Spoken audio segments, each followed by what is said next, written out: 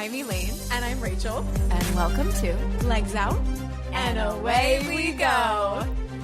This is the podcast where we tell you about Formula One our way. The races, the cars, the drivers. We are obsessed. And here's why you should be too. Hi, Rachel. Hi, Elaine. How you doing today? I'm doing good. We look very professorial today. Oh, for good reason. For good reason. I should have put on my glasses. Oh, do you have fake glasses? Oh, no, you have No, real I really glasses. I actually wear glasses. I wear contacts most of the time, but I do have little glasses, but I don't wear them in public. Well, that's adorable. Yeah. I imagine that hall monitor Rachel would look very appropriate with glasses. She looks a little librarian, yeah. Yeah. Which is a side dream career for me, to be honest. I would love to be a librarian. Do people, non-dancers always ask me, they're like, oh, well, what's next? Or like my therapist will be like, what are you going to do after you can't dance anymore? And I'm like, well, first off, go fuck yourself. Second off, I don't know, because I will dance until I die. Yeah. So That's it. We're locked in. Yeah. These hips are going until they break. And then maybe even some more. Yeah. And also maybe one of the 87 other jobs that we have, I can pursue. Leverage that into a career. Yeah. Like this. Yeah. I could probably start watching TikTok and put more effort into TikTok. We could be hired as commentators. Actually, I'm going to be really honest. I don't think we're very good at a lot of things. I don't think we'd be great race commentators because here's what we would be doing. Oh no. Oh, he's going to race. Oh no. Ah. That's what our commentary would be. I feel like based on watching together. We would be great commentators just based on what you just said. Sign us up. If the Olympics would like to give us a try first before Formula One puts us formally into the rotation, I mean, that would be okay. But just know it's going to be a lot of shouting. All right. So we have a meaty episode for you today. We sure do. Meaty as in meat and potatoes. We're going to be getting into the real ingredients of the 2026 car regulations this year. But then also, as we were looking at all the things that go into ideally the better racing this year, less than meat and potatoes, I more think it's like a lovely layer cake. But before we get to dessert, I feel like we have to talk about Max Verstappen and his ass. Wait a minute. You are baiting me from moving on from those insinuating comments to where what we're about to talk about, which is the 2026 car, is not a layer cake. It is a girthy meatloaf. No. You know it is. This is straight up mascarpone, berries, like a little Genoese sponge. It's not light and fluffy, but it is delicious. Yeah. Hopefully. Oh, I mean, meatloaf is delicious. I think we've Filling come and to delicious. another moment where I do not agree with you. No. I love a meatball. I don't love a meatloaf. Meatloaf and meatballs are very similar. Yeah, but it's all in the presentation. I mean, the presentation is really important to me. Wait a minute. Also, I feel like meatloaf was served to me with ketchup as Exactly. a child. I just And I realized. hate ketchup. Get that out of here. Okay. No. Yeah, now I've realized why Rachel is not a meatloaf fan, and it's because of ketchup. But you can also put barbecue sauce on it, which I prefer. That's not better. Okay. Well, Anyways, we have so much to talk about. We cannot get sidetracked about food. Meatballs. Tell me about Max. okay. His little So, spin. oh my gosh. So, as some of you may know, or if you don't, let me tell you that Red Bull recently did their liver reveal, and they hosted it in Detroit because Ford, powertrain. And I don't know who was invited to this reveal, but they were slightly uninterested. It was the strangest crowd. Well, Yes. also, it was at 10 p.m. local. Like, I felt like the entire day, they were like, we're almost deploying. It's almost happening. 10 minutes. And I was like, you guys are liars. Every time I jump back on Instagram, I was like, you guys are liars. And then it wasn't even live. They pre-recorded it. It called it live. Oh, Yeah. For shame on that. For shame. Yeah. But I would have been screaming my lungs out at this one. Like, we would have been commentating, as you suggested earlier. Like, we would be like, wah! Like, and everyone there was filming on their phones. You could see in the crowd when they would pan back. And no one was responding. Like, the whoever would come out and try to like commentate and get the crowd engaged, no response. That's It was so awkward. so awkward. It was the biggest awkward turtle I've ever seen. However, so they did the Red Bull livery first, and they brought out Max and Hajar, which I was shocked. I didn't think that they would be there for the reveal. I don't know why. Maybe because it was in Detroit. Oh, I mean, I guess that's not the most glamorous location I could ever think of, but I feel like if you're going to have a reveal, you have to have the drivers there. That's a good point. Anyway, the Max was wearing his new jersey. So they have the new livery and the new print for Red Bull, which, by the way, liked that. Very classy, very chic. And then they reveal the car. And at first you blink and you're like, okay, it's the same car. It's not the same car. It is glossy. It is skillfully designed. And you can tell that the car itself is slightly different. The Max was quick to point out there's a sort of outline on the Red Bull that he wanted that they finally put in. But the detail within the Red Bull blue black is black was never beautiful. It was never in the blue. It was on the engine cover. It was on the floor. It was nowhere else. It was always blue, Elaine. Blue black, and it's now properly blue. There's no argument. that is true. It's bright blue. Much more blue. It's not bright blue. It's pretty bright. 2020, there was that debate whether the dress was gold or whether the dress was blue and black. Do you remember which one you saw? I have no recollection. I remember disagreeing with my husband, but I have no recollection of which way I thought it was. Well, internet, if you can find that, you send it our way. Rachel and I can rage on and debate whether the dress is gold or blue and black. Anyway, going back to your assertion about Verstappen's ass. So when Verstappen came out, the woman who was commentating and like trying to get everyone riled up, she was like, yeah, look at this new design on your shirt. Do a little spin. And he goes, oh, would you like to see my ass? And immediately turns around, which Max Verstappen's ass is not his best asset. Oh, good play on words there. Well Thank done. you. Thank you. 10-10. Thank you. I think he has other assets that are much greater, like his driving ability. Okay, that's the one you're talking about. I'm sure. Yes. There's a reason he did not pull up his little jersey to show it off. He just did the like quickest little twirl. He was being very cheeky. He was being very cheeky, no pun intended. Yes. He's great at that. So then they proceed to go to the other side of the stage to reveal the VCARB car. And they bring Lawson out and they bring our new driver who I talked about last week. Arvid Eyebrows. He's never getting past that for me. Henceforth will now forever be known as Arvid Eyebrows. Arvid Lindblad, the Eyebrows, came out on stage. Their new jerseys are very similar. No real changes there. And then they lift the sheet for the car, and it is also exactly the same. Yeah, they of course have pointed out there are like minute little details that are changed, but apparently only one Red Bull team per, decade can change their livery, because I was really hoping that VCARB would keep up their rather innovative livery changes, and nope, they were like, Red Bull got to change, therefore we must remain precisely, boringly, the exact same. Well, here's the difference that I actually found kind of cool, which is that the Red Bull car is completely glossy. It's very shiny. A la like Vettel era. Yes.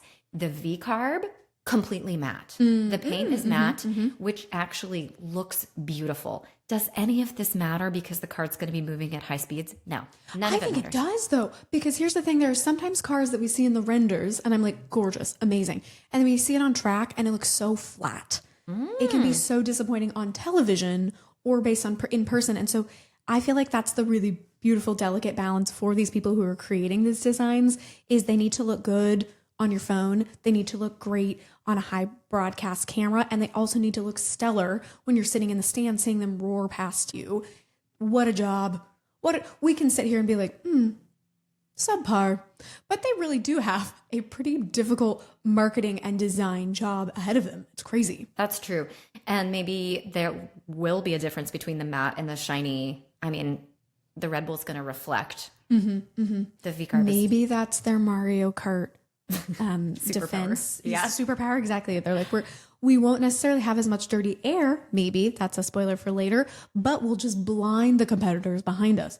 If they can't see around the sunball that we are, then they can't pass us, right? We've always said that. Like, for instance, Remember McLaren has chrome, yes, which looked so good on still camera. Yes. And yeah, probably their competitors were like, can we not make a formal requirement that this is not on track? Yeah. Understandable, because no one wants to be blinded and then crash into a but wall. It looked so good. 200 miles an hour. It looked so good. It did. I'm not gonna argue that. Moving on to the next livery reveal that we got, which was Haas. Yet again, I say, can you tell me 10 things that are different about it? I actually, when I first saw it, was like, are you kidding me? Boring. And then I started to look, and I think it instead looks, instead of really exciting, very clean, very minimal, very chic, as you like to say. Mm-hmm. And we have the Toyota branding all over it. And I like how they have put the Gazoo Racing, which is actually kind of outdated Toyota branding. They have gone away from that name, but they kind of kept it for F1 this year, partially because I think they want to make the distinction that Toyota is not the engine sponsor, that this is just an actual brand partnership, not a engine partnership. Anyway, I sidetracked myself. Gazoo Racing is like plastered on the engine cover and on the wing, and those are my favorite parts. I think it looks really good.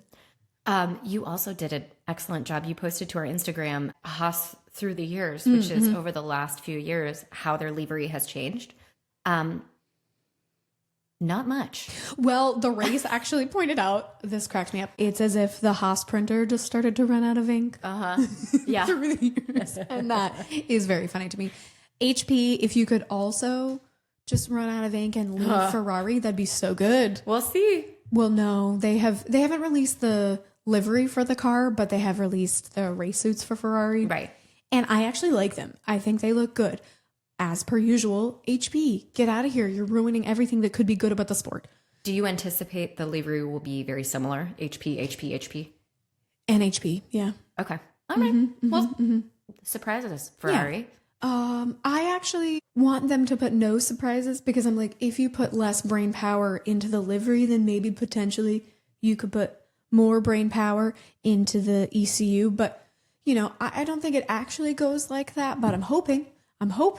What's the ECU, Rachel? The ECU is the electrical control unit.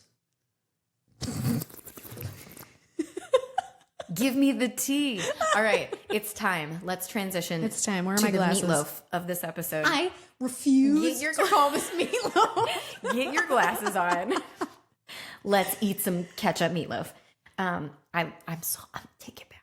She's so disgusted. I'm so grossed out. I was thinking cake. This is like, do you remember that Friends episode where Rachel tries to make, what's it called? Layers of... Yes, it's a trifle. Trifle. She tries to make a trifle, and I think the pages of the recipe book get stuck together or something, and so she follows the wrong directions and she puts a layer of ground beef in between her like whipped cream and berries. That's what I'm getting, is I'm getting meatloaf when I was thinking cake, and I'm like, oh God, what a terrible trifle.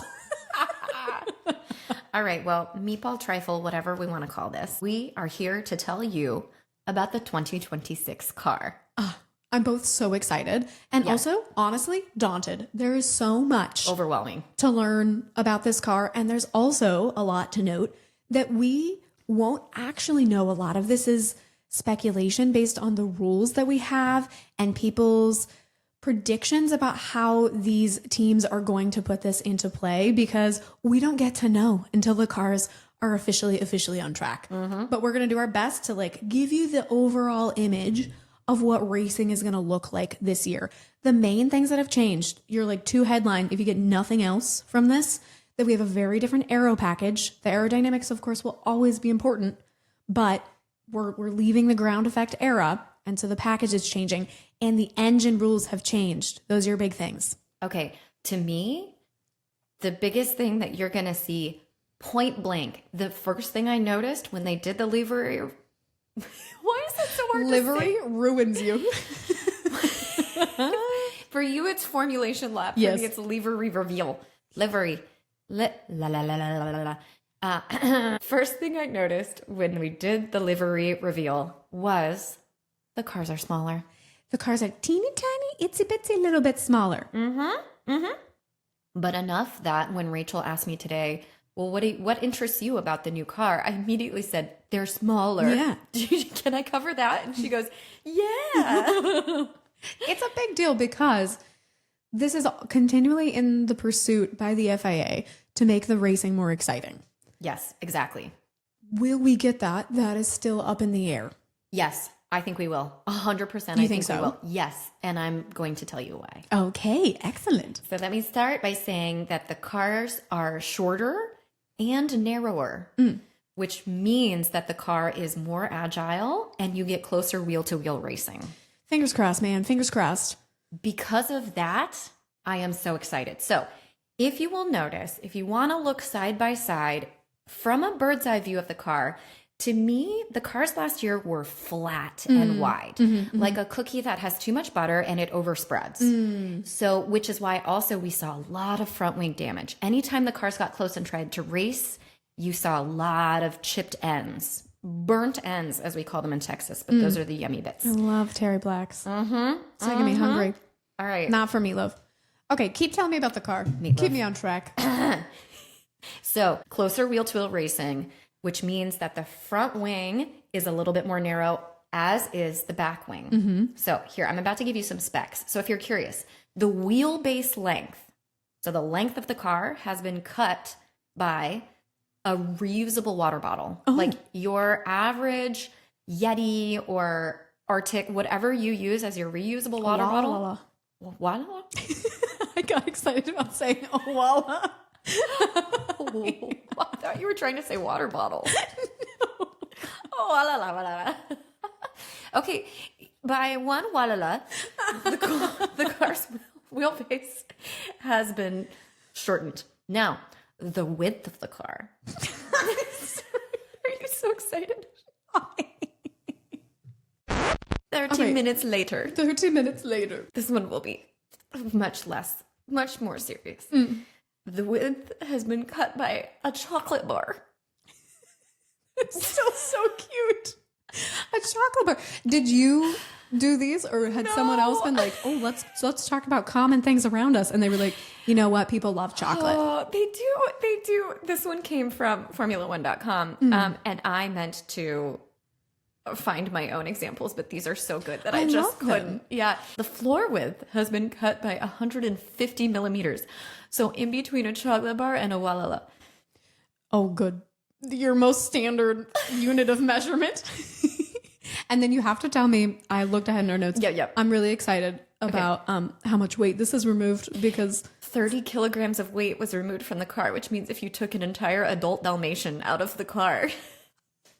We're never going to make it through this episode because I'm just going to cackle. Why is this so funny to me? I just pictured like 101 Dalmatians. Who came up with these comparisons? Who came up with these? I don't know, but I am delighted. The whimsy is in spades. They removed no weight on the whimsy side. God bless. God bless, indeed.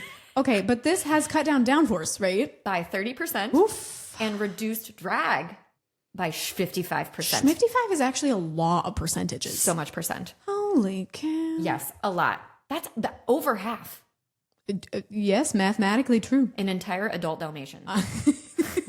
Removed from your car. Anyway, this makes them more raceable, which is very exciting. Yes.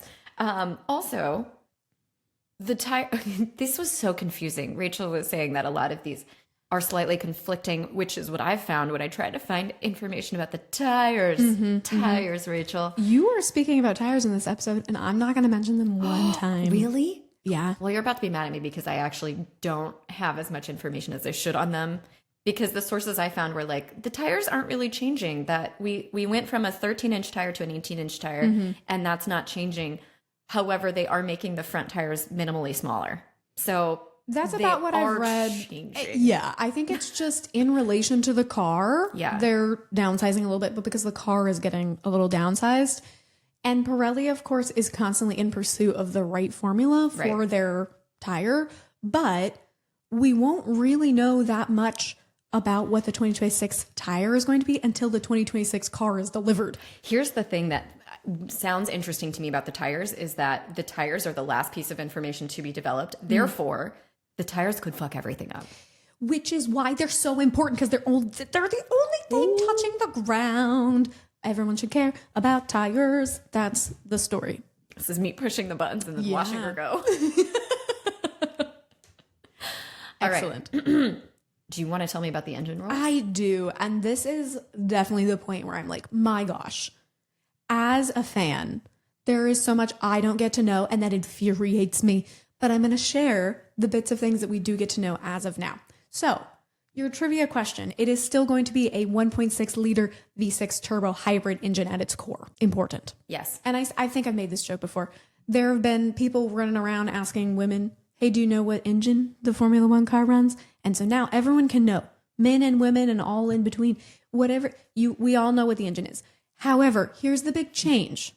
It used to be about an 80-20 split between fuel and electric power. It's now about a 50-50% between the power from the fuel and electric, or another way to put that is the internal combustion engine and the battery. And this is all part of the FIA's grandmaster incredible scheme to lure more manufacturers to the sport. They want more road relevant technology. And so electrification is such a big buzzword right now. Yeah. And so we don't want to go Formula E. And I don't think not only just fans, but like no one in F1 is trying to be like, let's make us Formula E.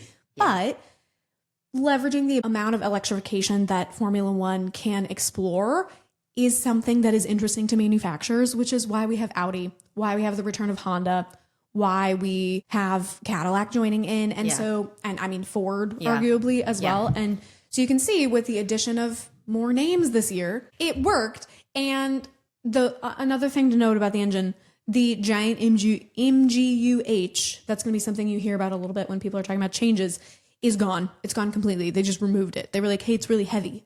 The MGUH? Get it out. What is that? I don't know. I'm so sorry. I should have written that down. You wrote heat recovery. It's something. Yes. Okay. You asked, and I had to reference my notes once more. My outside notes, not the notes we were looking at, but different notes. The bigger notes. The MGUH is the motor generator unit. It was a crucial hybrid component, and it was helping them recover energy wasted from heat, basically.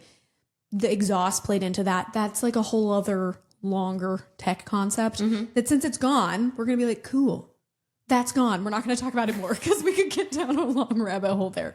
But yeah, that situation is gone, which is part of what is helping those cars be lighter in Dalmatian sizes.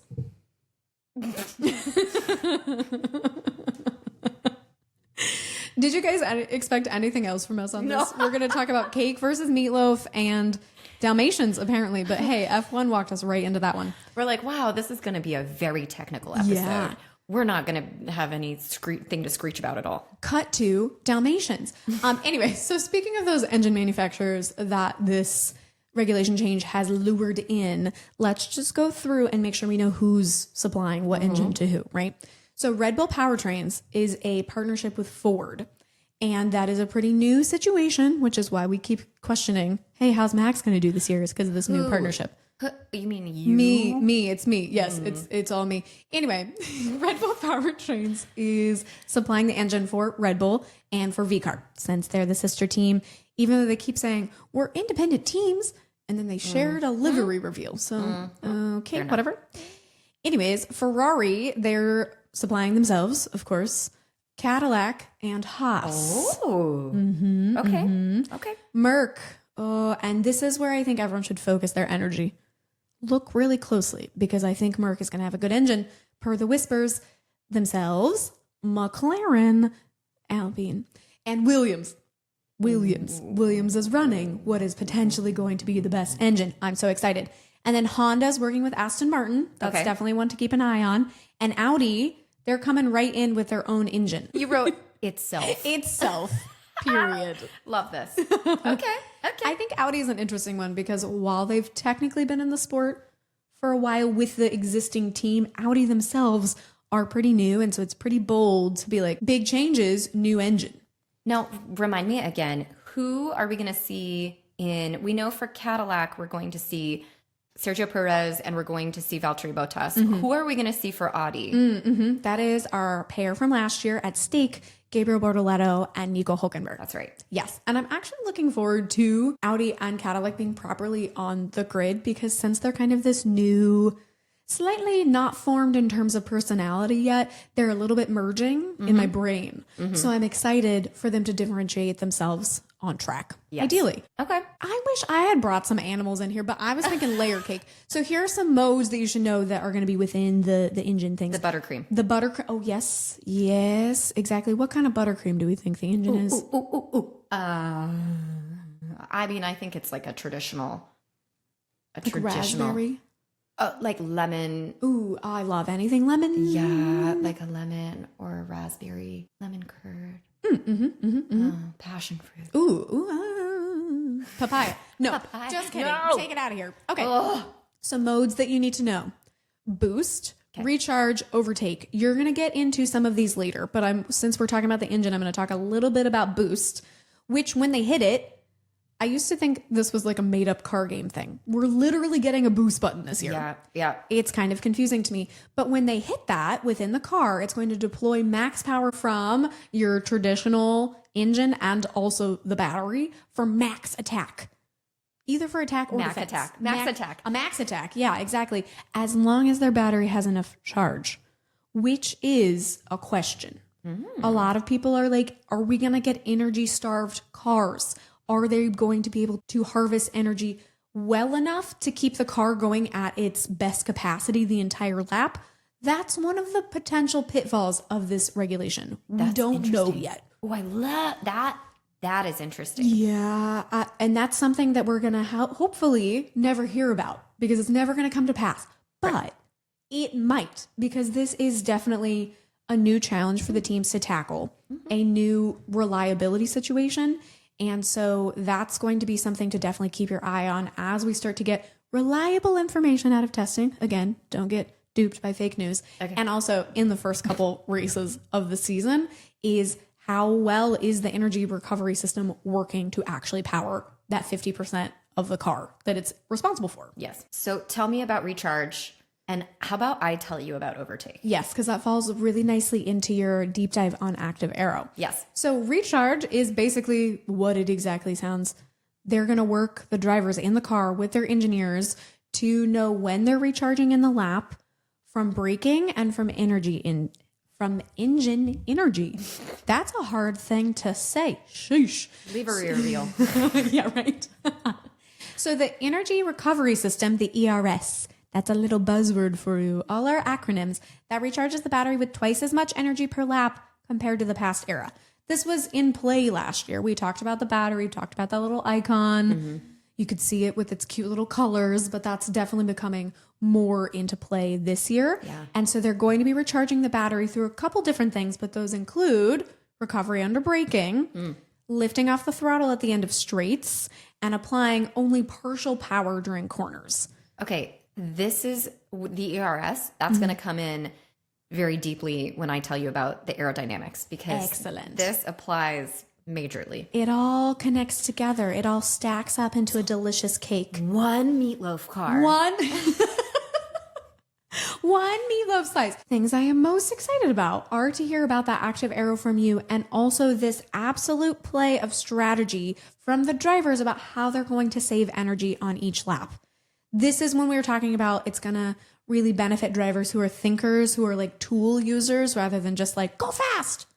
Now, period. Yeah. And it was never more apparent to me how much they have to do in the car. This is not a situation where you are just driving and braking. No. There are so many things to think about. And I feel like that has been upped this year. I think you're right. So, there's a lot of buttons. There's a lot literally of communication between the engineer and the driver. So saving energy is going to become extremely strategic this year. You can't like save a full charge for next lap and be like, I'm going to pass 5 people. Yeah. No. This is going to be something that's going to be in constant fluctuation throughout the lap. And so the drivers who figure that tool out, that like shtick, it's not a shtick, it's fundamental to the car, but kind of for us, that shtick. The people who figure that out the most quickly are going to get their best foot forward in this era. Yeah. Oh, I'm so excited. I'm sort of excited.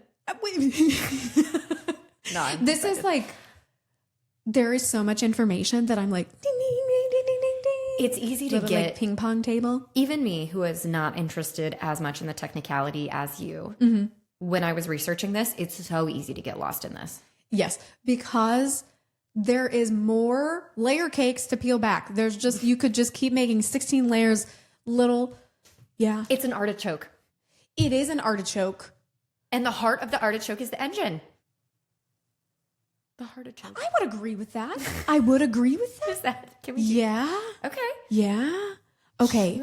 Sure. Before we get into active aero, Yes. I'm going to tell you about fuel, Oh. which I'm going to be honest, despite the fact that I love technical things. Yes. Talking about fuel makeup previously would have been like, Yeah. I think I'll skip that part. Thank you. Yeah. However, this is like a secret battle this year Okay. because each fuel is going to be dependent on the team. The teams are working with different suppliers, and each supplier has like a slightly different recipe, basically. Yes. So Aramco worked with the FIA to shape this concept, basically, which is advanced sustainable fuels. Yes. Gonna be honest, I really looked into what the difference was from last year because I'm pretty sure they were like, oh, we're doing pretty sustainable things. And I was like, great, good job. 2030, amazing.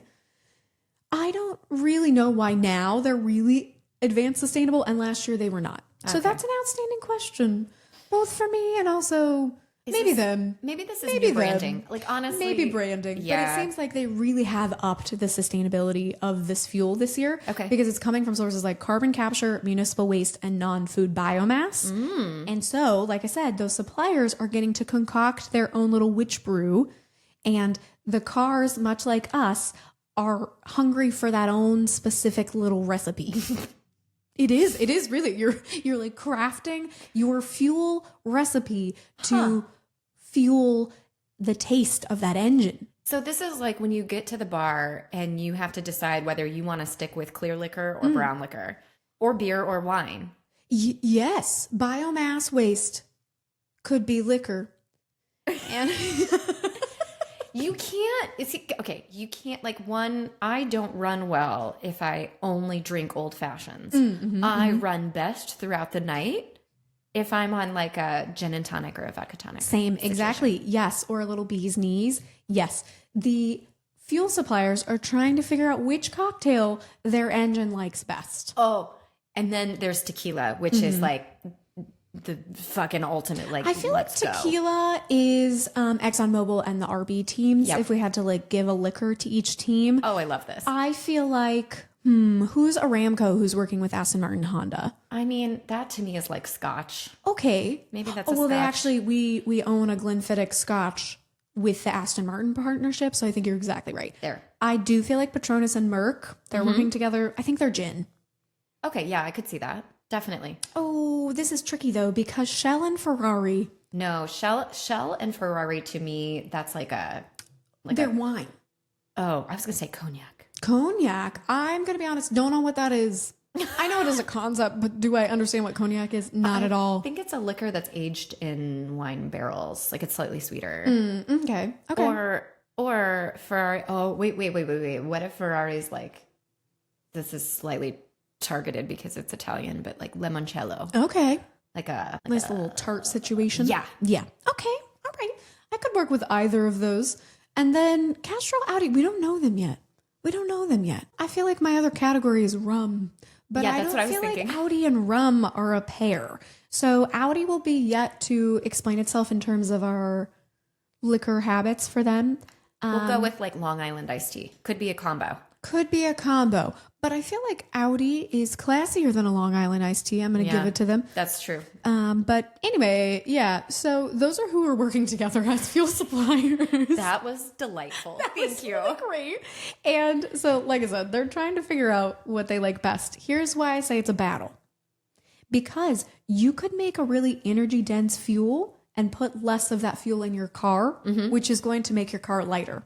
So the people who are coming up with the best recipe with the best cocktail are going to have a lighter car, which, as you know, if you've been listening for even one day from us, means a better competitive advantage for your team. This is fascinating. Truly. Like I said, fuel previously, I was like, Not interesting. not interested. I was wondering how you were going to sell this to me. Well, cocktails. Done. We did that together. I think you brought the cocktails right in, but it is really interesting to me that they each have not only a name that's going to be plastered all over their car, so you're going to see it, but that is actually going to make a tangible difference to how your team is going to compete on the track. Yes. So, Shell, get your shit together. You Do heard what 'em. Ferrari can't. Maybe Shell has it going on. Shell to me has the classiest logo. I'm not going to lie. I love seeing that little seashell on any type of Ferrari.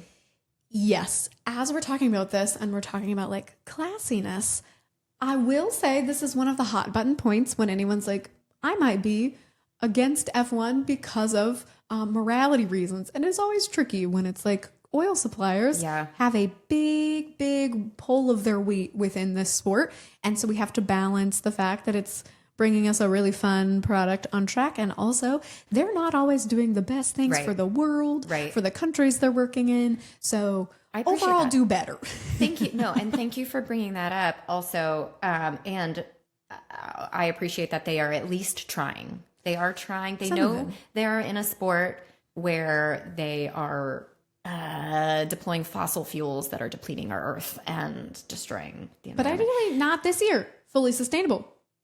That's the thing. Yes, who knows? In name, in branding, don't know. But as we're being told, sustainability. All right. Yahoo! Okay.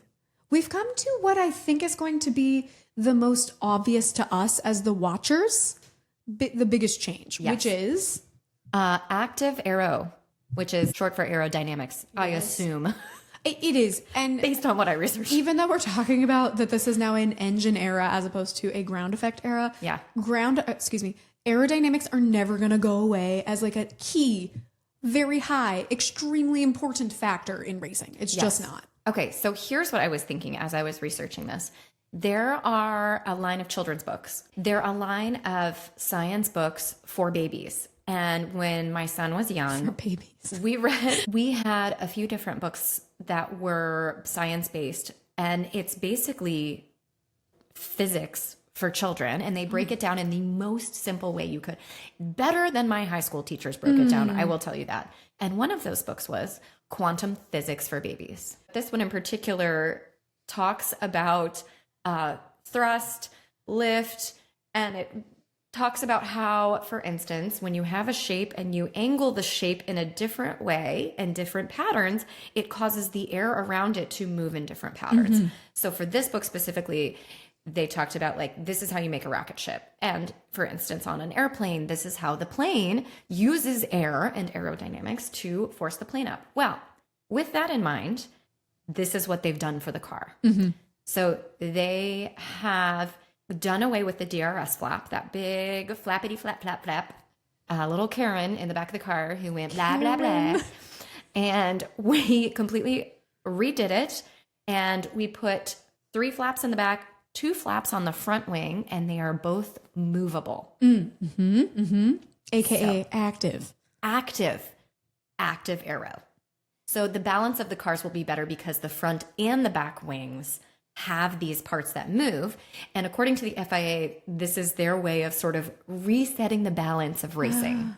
Okay. So they're putting the ploy that like, this is going to make all the cars on more even ground, even though some... It's going to fix everything. Right. Even though some teams have millions less dollars to work with. But sure. This is going to totally reset the balance. Yeah, okay. FIA, good try. We'll see. So the active front and back wing, most of the drag comes from the back wing and most of the downforce comes from the front wing. So you have this sort of counterbalance. If I'm going to break it down even more, if you close the wings, you'll get more drag. So this will be the baseline where the cars are going around the turns and you need more drag to help you get around. When the wings are open, you get less resistance, so you get more speed. This is for the straights. Now, these things are manual. Remember when we were talking about the drivers have so much more to do? These things the drivers can manually do while they're trying to maneuver the car at 5,000 miles an hour.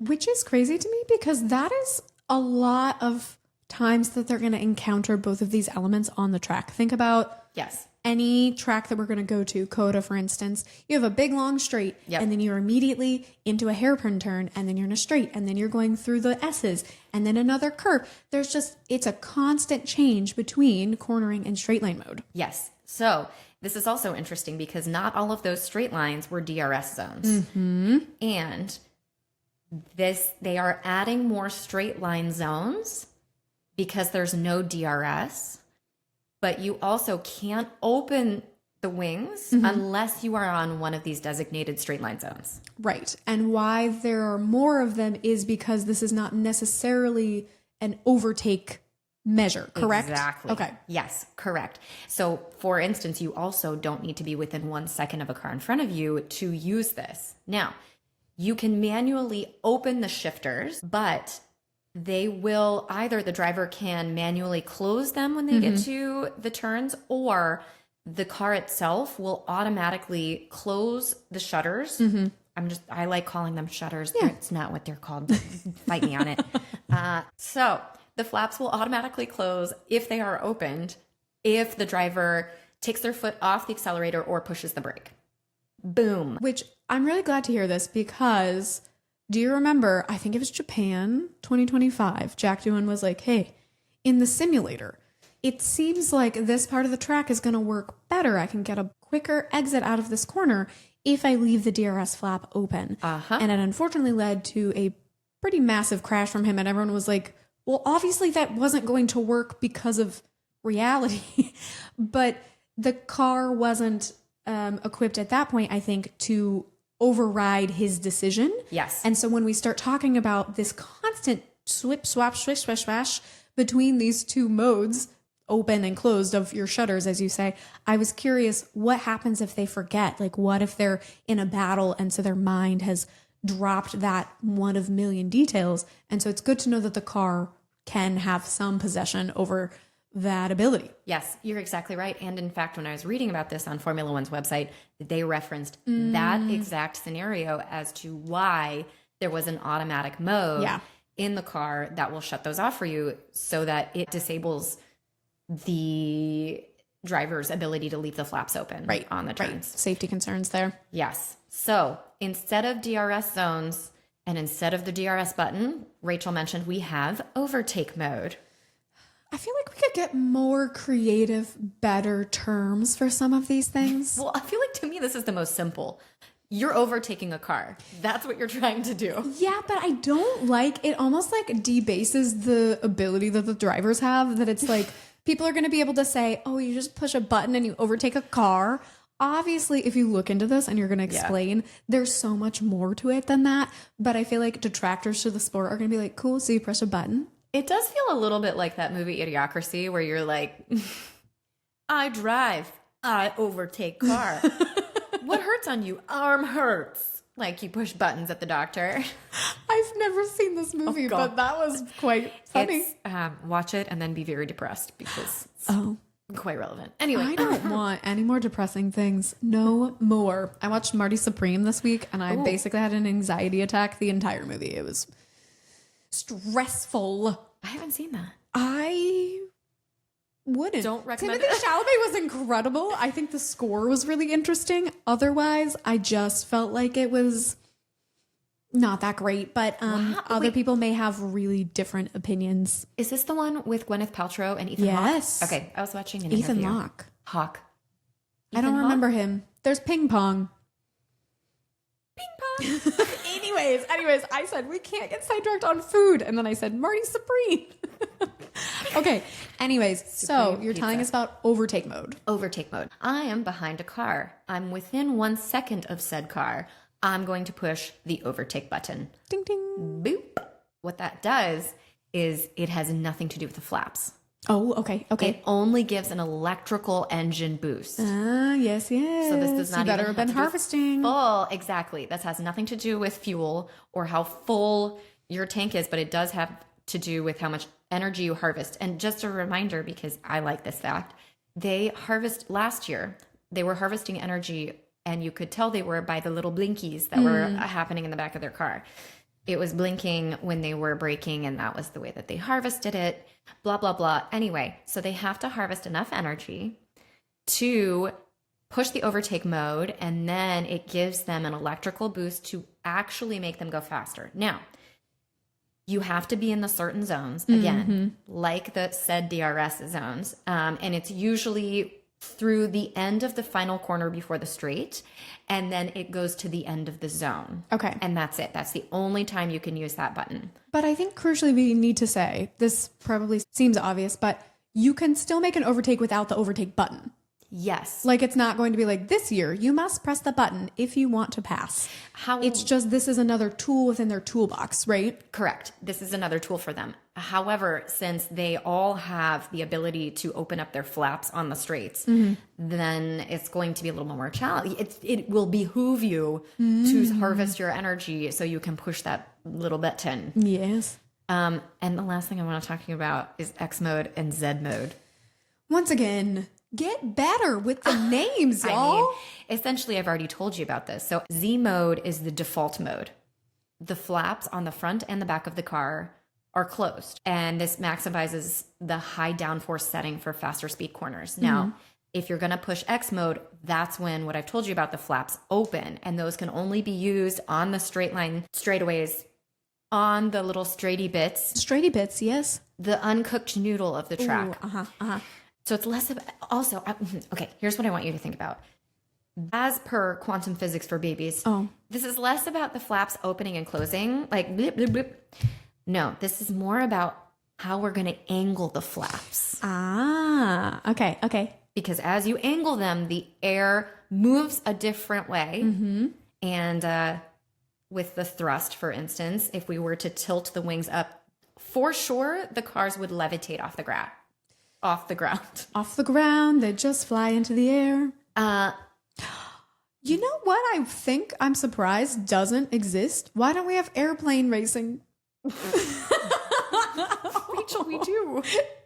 What? We have airplane racing? I think Red Bull participates in like... Of course they do. Never mind. They're making up sports that no one are even watching because they make a new one up every second. Of course they are racing airplanes. This is not like they're racing Boeing 747s. This is like they're racing like tiny one-seater...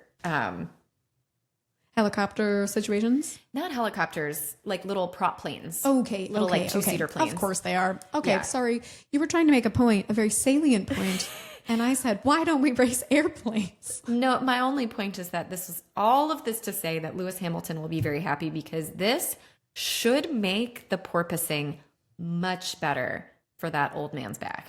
That poor man has a terrible lower back because the porpoising has just jammed his joints together. Yeah, which truly sounds awful. Yes. Like, there are a lot of things about racing that I'm interested in that, of course, I don't have the skills to do, but I would be interested in trying if I got the chance. Yeah. The idea of jamming my vertebrae together, less interested in that. Yeah. Another thing for Lewis Hamilton that may be in his favor is the cars are going to be significantly less ride height specific and sensitive.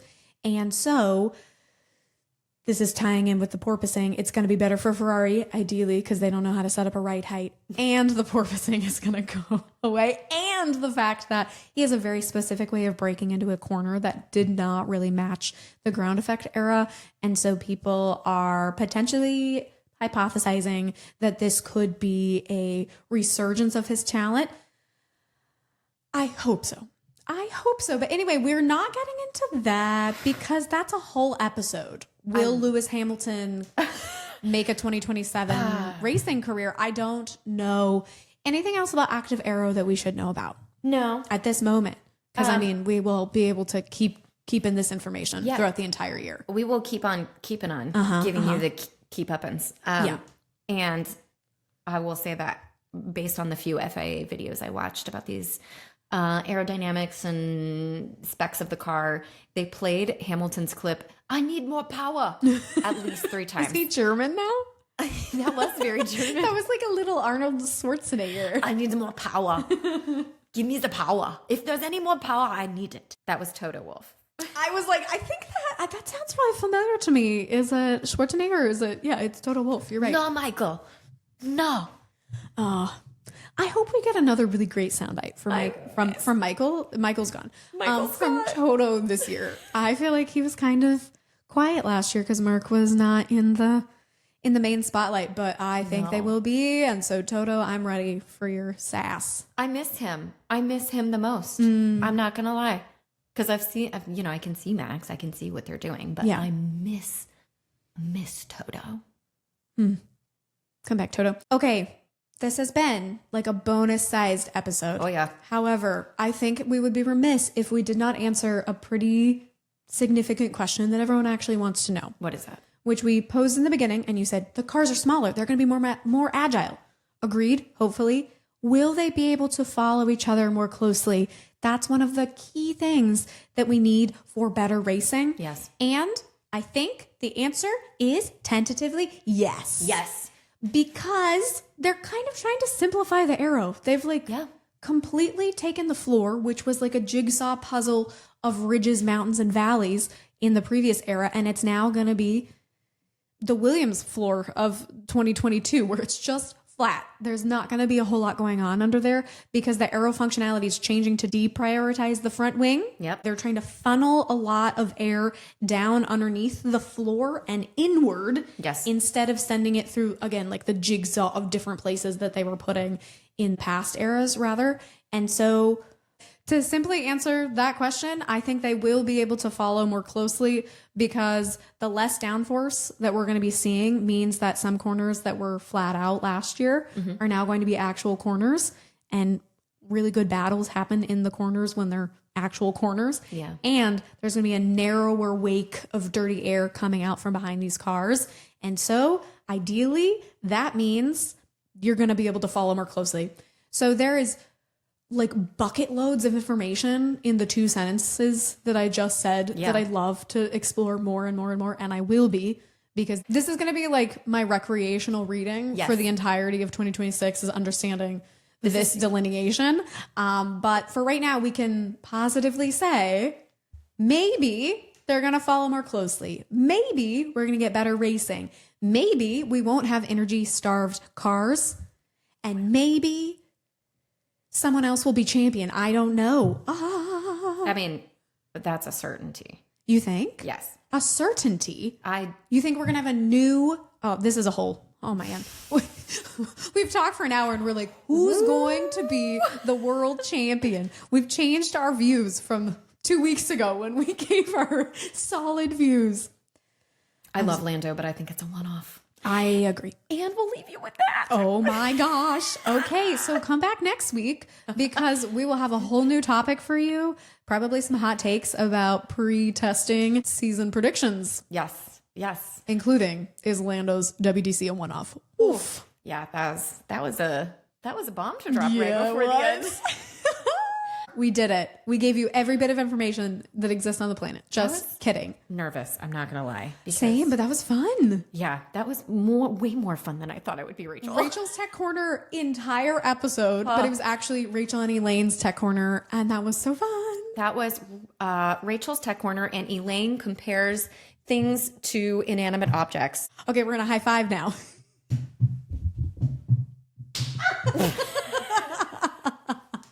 That was worth it. Yeah. All right.